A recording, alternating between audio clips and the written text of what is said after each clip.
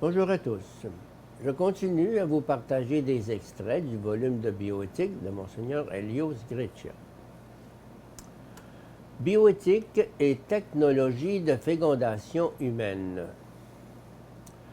La fécondation in vitro, même homologue, dissocie la dimension unitive et affective de l'acte conjugal de sa dimension procréatrice et physique.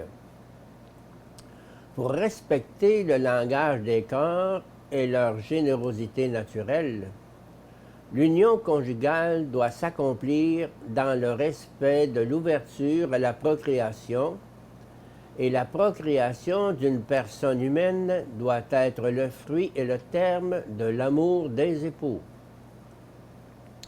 La caractéristique de l'amour conjugal est la totalité et la plénitude du don de deux personnes. Le fait de substituer la technique au geste corporel entraîne une réduction de l'acte conjugal, son déclassement à un acte de type technique. Parmi les actes expressifs ou langage corporel, celui de l'acte conjugal est caractérisé par la plénitude et la totalité. Réduire la procréation à un fait technique signifie établir un rapport de domination, sujet-producteur, objet-produit, et donc appauvrir et dégrader l'acte procréateur, tant au sens théologique qu'anthropologique. Dans le cas de la fécondation in vitro, on introduit une causalité parentale plurielle et étrangère au couple. Dans le cas de la fivette, le moment fécondateur, moment culminant d'un processus comportant divers moments liés entre eux et constitutifs du nouvel être humain, est réalisé par un opérateur étranger au couple. La fécondation extracorporelle devient même partiellement une fécondation extraconjugale.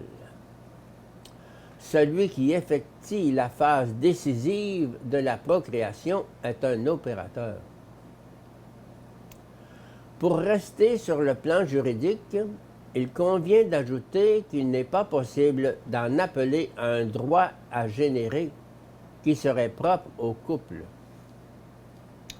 En réalité, il n'existe entre les époux qu'un droit à avoir des rapports conjugaux ouverts à la génération.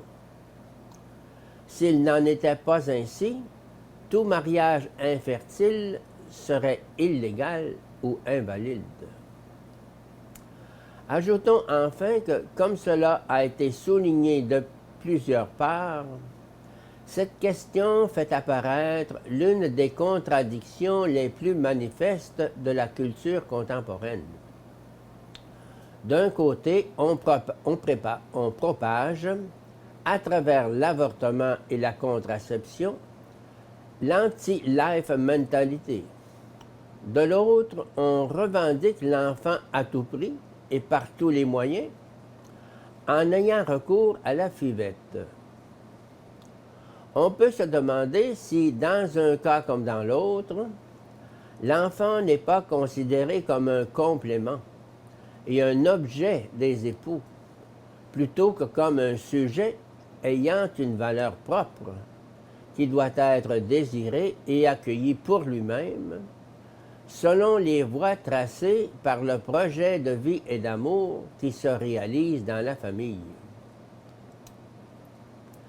La solution de l'adoption, considérée aujourd'hui comme difficilement praticable, serait bien plus accessible si les enfants étaient accueillis toujours de façon responsable et si l'on donnait une possibilité de préadoption légale aux mères désireuses d'interrompre leur grossesse ou qui ne pourraient pas garder l'enfant après sa naissance. La fécondation artificielle extracorporelle hétérologue. Ceci comporte une double rupture de l'unité du mariage. Rupture de l'unité parentalité-conjugalité et rupture de l'union entre les dimensions unitives et procréatives de l'acte conjugal. Ainsi, le concept de famille ne représente qu'une manière d'interpréter et d'ordonner un ensemble de relations sans considération pour les liens juridiques entre les adultes et sans aucun rapport de consanguinité. La dissociation entre conjugalité et paternité ou maternité devient encore plus grave et complexe quand s'y associe la mère de substitution. L'identité de l'embryon. C'est sur ce plan que les conséquences sont les plus graves et parfois étranges. En premier lieu, l'enfant à naître a une identité biologique qui ne correspond pas à son identité sociale.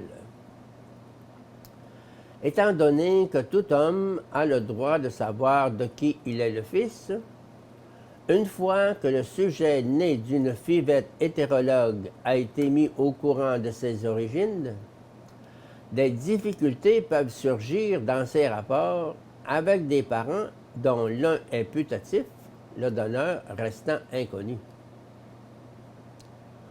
On se trouve en présence des enfants dits de l'au-delà quand le père donneur meurt avant l'implantation, quand les embryons deviennent orphelins, avant d'avoir été implantés dans un utérus maternel, ou quand une veuve désire un enfant du sperme de son mari décédé, après que le sperme a été prélevé à cet effet au cours d'une maladie que l'on prévoyait mortelle. On peut théoriquement obtenir dans une population un certain nombre de consanguins qui ignorent qu'ils ont un lien de fraternité. Le cas de l'enfant commandé par un couple d'homosexuels est tellement aberrant par rapport à la conception parentale de la procréation et à la structure du mariage qu'il ne requiert aucun commentaire pour en déterminer le caractère illicite.